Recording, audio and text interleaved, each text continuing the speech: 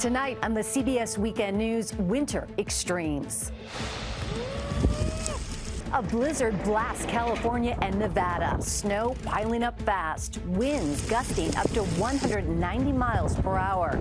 Interstate 80 closed indefinitely, littered with stranded travelers. The worst still to come. I'm Carter Evans. The snow is still falling in downtown Truckee on top of the 1.5 feet they got yesterday, and we could see another 1.5 feet today. In Texas, the largest wildfire in state history expands, scorching everything in its path. Also tonight, the United States begins dropping food into Gaza, desperate for humanitarian aid. I'm Imtiaz Taib in Tel Aviv. Global outrage is only growing after Palestinians were killed scrambling for food this week, prompting rare American intervention. Russia launches new deadly drone strikes as Ukraine struggles to fight back. Donald Trump rallies supporters today. We put on a rocket to the Republican nomination As he faces a critical moment of financial truth. And later, fur and fiction.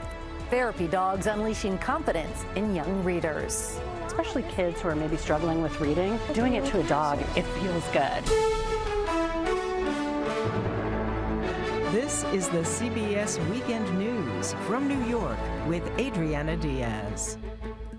Good evening. Adriana is off. I'm Meg Oliver. We begin with that monster winter storm pounding the West. Tens of millions of people are impacted across at least 8 states. California and Nevada are seeing the worst of it.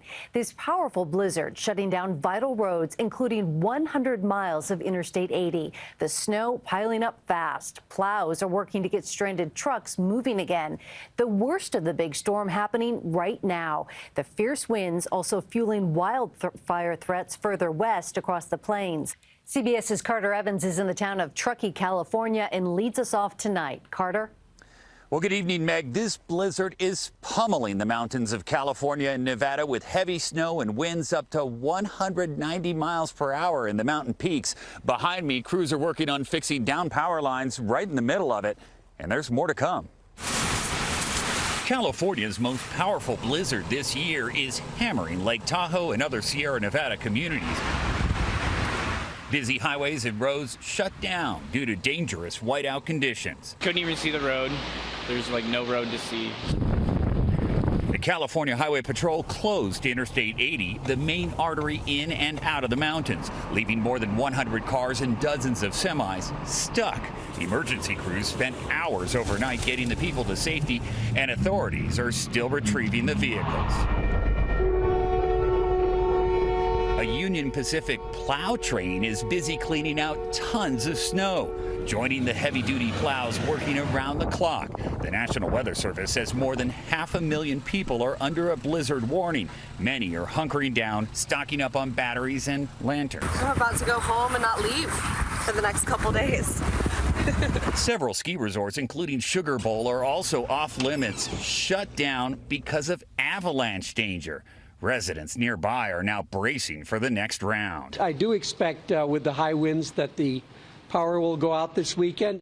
It turns out the wind is having a big impact on snow levels. The lead scientist at the Berkeley Snow Lab tells me those high-level gusty winds are breaking up snowflakes before they hit the ground. So by the time they get down here, they're packing together much more tightly.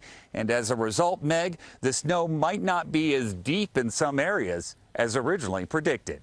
Carter Evans with those incredible pictures. Thank you. To Texas now. Strong winds and dry air this weekend are speeding the spread of what's already the largest wildfire in state history. More than 1,700 square miles of land have been scorched and 500 structures destroyed.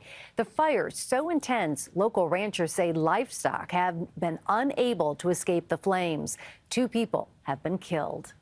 Today, the United States began dropping pallets of food aid into the Gaza Strip. The operation by American C-130 cargo planes expands America's direct role in addressing a growing humanitarian crisis and underscores a widening gap between Washington and Israel over its military campaign against Hamas. CBS's Imtiaz Taib in Tel Aviv has the latest.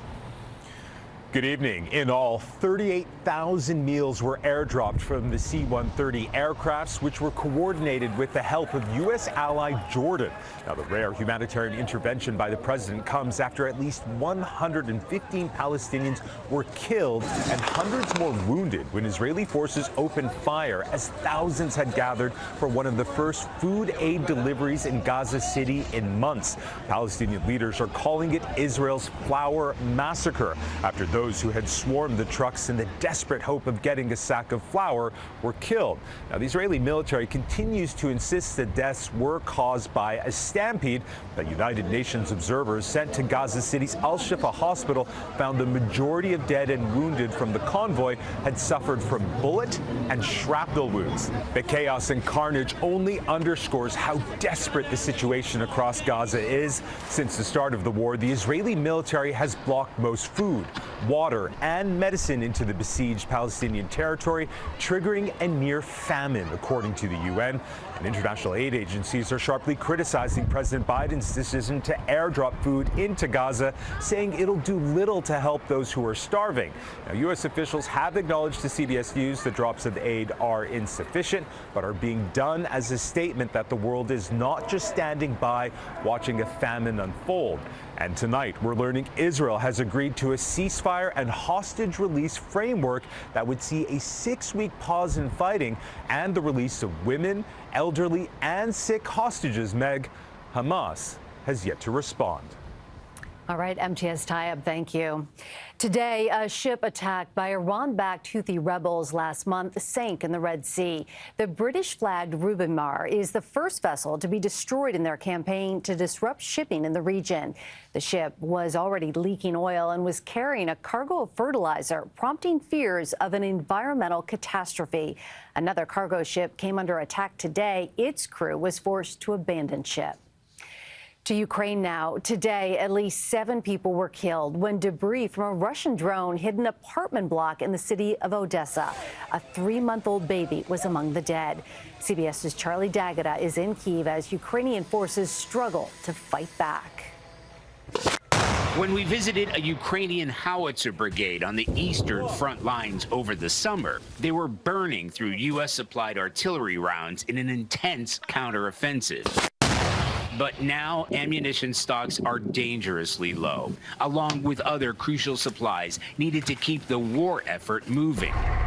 At an undisclosed wooded location not far from the battlefield, a small team of mechanics have been working around the clock to fix damaged Humvees. It's like a triage for battle-worn military vehicles.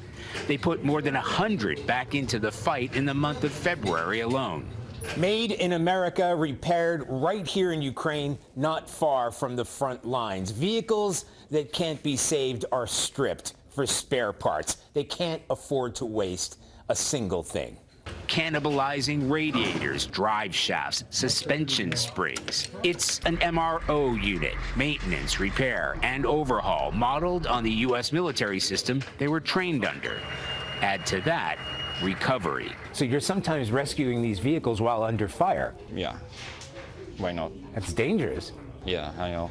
Major Ihor is the unit commander. He's clearly proud of his men. How difficult is it to get new parts for these vehicles? Lately, it gets more and more difficult, he said. We critically need more parts.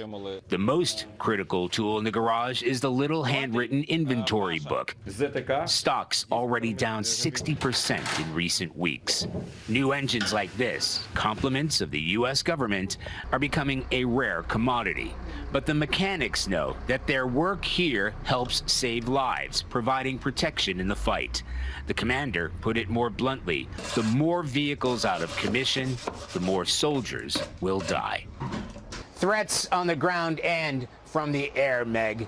Ukrainian President Volodymyr Zelensky said after those attacks in Odessa, we need more air defenses from our partners to stop what he called Russian terror. This is the only way to save lives. Charlie D'Agata on the front lines for us. Thank you. Tonight, President Biden is at Camp David, where the White House says he's preparing for Thursday's State of the Union address before Congress. Also today, Republican rivals Donald Trump and Nikki Haley were on the campaign trail trying to get out the vote ahead of a pivotal week. CBS's Natalie Brand joins us with more. Natalie, good evening. Meg, good evening to you. And just tonight, we've learned from Republican officials that Trump has won the Michigan and Missouri GOP caucuses, meaning he's won all primary contests so far, heading into a critical election week. In dueling rallies in North Carolina less than 100 miles apart, Nikki Haley made a last-ditch appeal to voters in the final sprint to Super Tuesday. How many more times do we have to lose before we realize maybe Donald Trump is the problem? Former President Donald Trump fixated on border security and crime and railed against the multitude of court cases against him. They're not 91 counts. They're not legit. They're Biden counts. The charges have galvanized his supporters. Any kind of heat like that should promote him. As you can see, all the people here, we don't care about that. But as election season ramps up, Trump faces a legal and financial reckoning. Just this week, a New York judge ruled he has to pay his more than $450 million civil fraud penalty while he appeals, with a deadline later this month. That's on top of a separate $83 million judgment in his defamation case with author E. Jean Carroll. And that doesn't include the significant legal fees Trump faces from his 4 criminal cases, with tens of millions of dollars in campaign cash going to legal bills last year. There's at least a third of Republicans who want someone besides Trump. It's a reason Brittany Martinez says she hopes Haley remains in the race past Tuesday, when more than 15 states hold elections. I say keep at it because you're a voice for people like me who don't feel supported by the current MAGA party.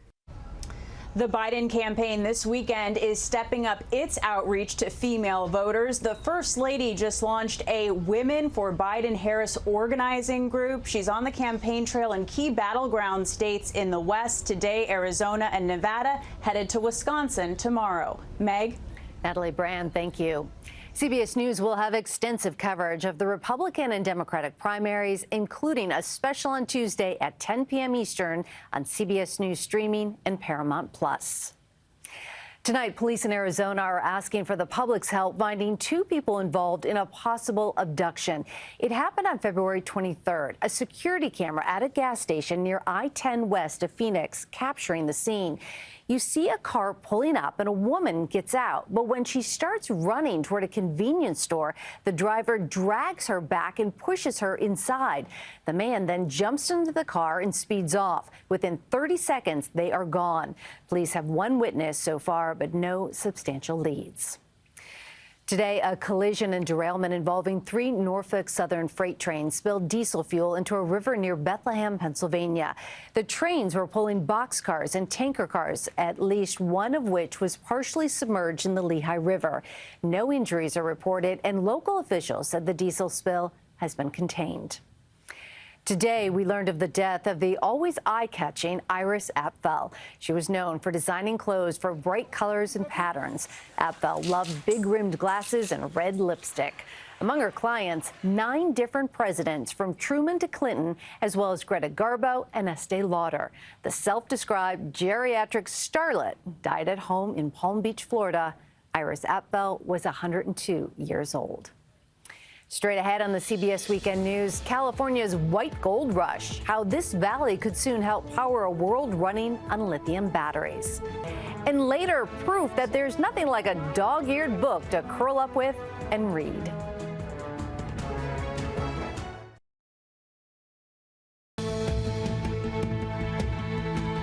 Tonight, a sprawling but struggling region of California is suddenly poised to become very, very rich. That's because it sits on an estimated 3,400 kilotons of a critical mineral. Here's John Blackstone. In California's Imperial Valley, unemployment is high, wages are low, and agriculture is the dominant industry.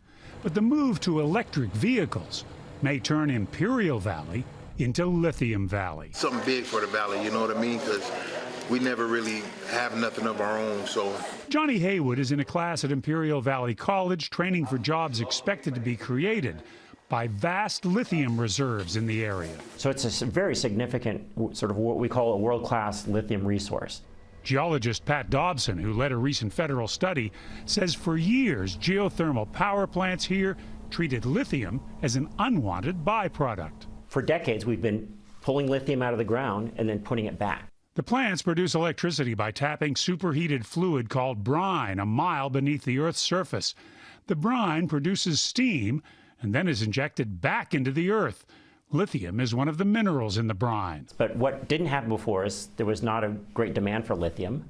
Now, with electric vehicles, there is demand. This is where the magic happens. David Deek says his company, Energy Source Minerals, has found a way to get lithium out of the brine. So each of these columns will contain a sorbent that absorbs lithium into it. This demonstration unit is in a shipping container, but the company is planning a facility that will be the size of 1,000 shipping containers. So optimistically, the first commercially available lithium from your plant is at least 2 years away? I would say that, yes. Yeah. If we close on financing and start construction immediately thereafter, we'll be in production and delivering to customers by 2026. We hope and expect that there will be other industries joining the lithium industry, such as battery manufacturing. Efren Silva, a dean at Imperial Valley College, leads the lithium training program. And I don't want any industry to say we have to bring outside people because there's not a ready workforce in Imperial County. Some in the class are farm workers. You work in the fields in the daytime? In the daytime, and at night I come to school. Raul Laheda is in the night class, but by day, he's already working at Energy Source Minerals' demonstration facility. It should create a lot of employment, you know. A lot of these kids that are in the plant operating class, it'll give them a fighting chance to stay here in the valley. In a place that has had plenty of hard times, this time may be different. John Blackstone, CBS News, Imperial Valley, California.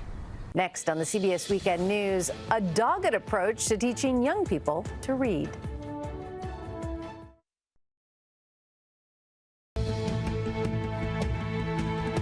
It's Read Across America Day, and to mark it, our weekend journal features an unusual but effective approach to teaching children to read. CBS's Itai Hod with the story.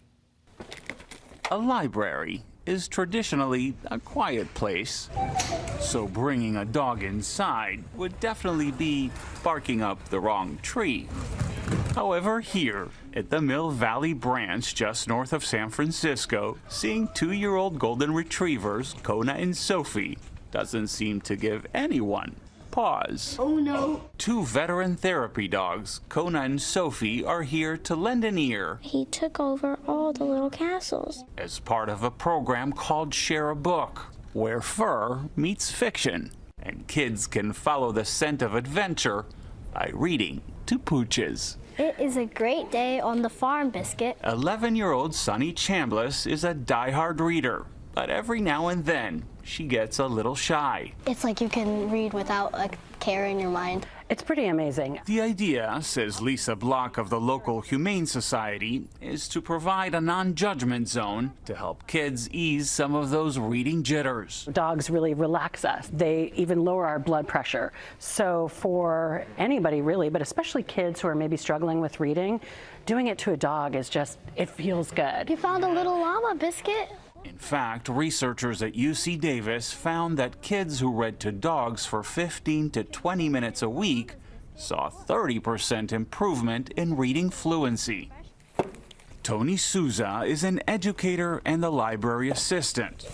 She says not only does reading to dogs improve skills, it creates a positive association with libraries in general. Children, once they've read to the dogs once, want to come back again and again. Woof, woof. Getting kids to fall in love with books by unleashing their confidence. Itai Hod, CBS News, Mill Valley, California. What a great program. That's the news for this Saturday. First thing tomorrow, CBS Sunday Morning, followed by Face the Nation. Among Margaret Brennan's guests, Homeland Security Secretary Alejandro Mayorkas. I'm Meg Oliver in New York. Good night.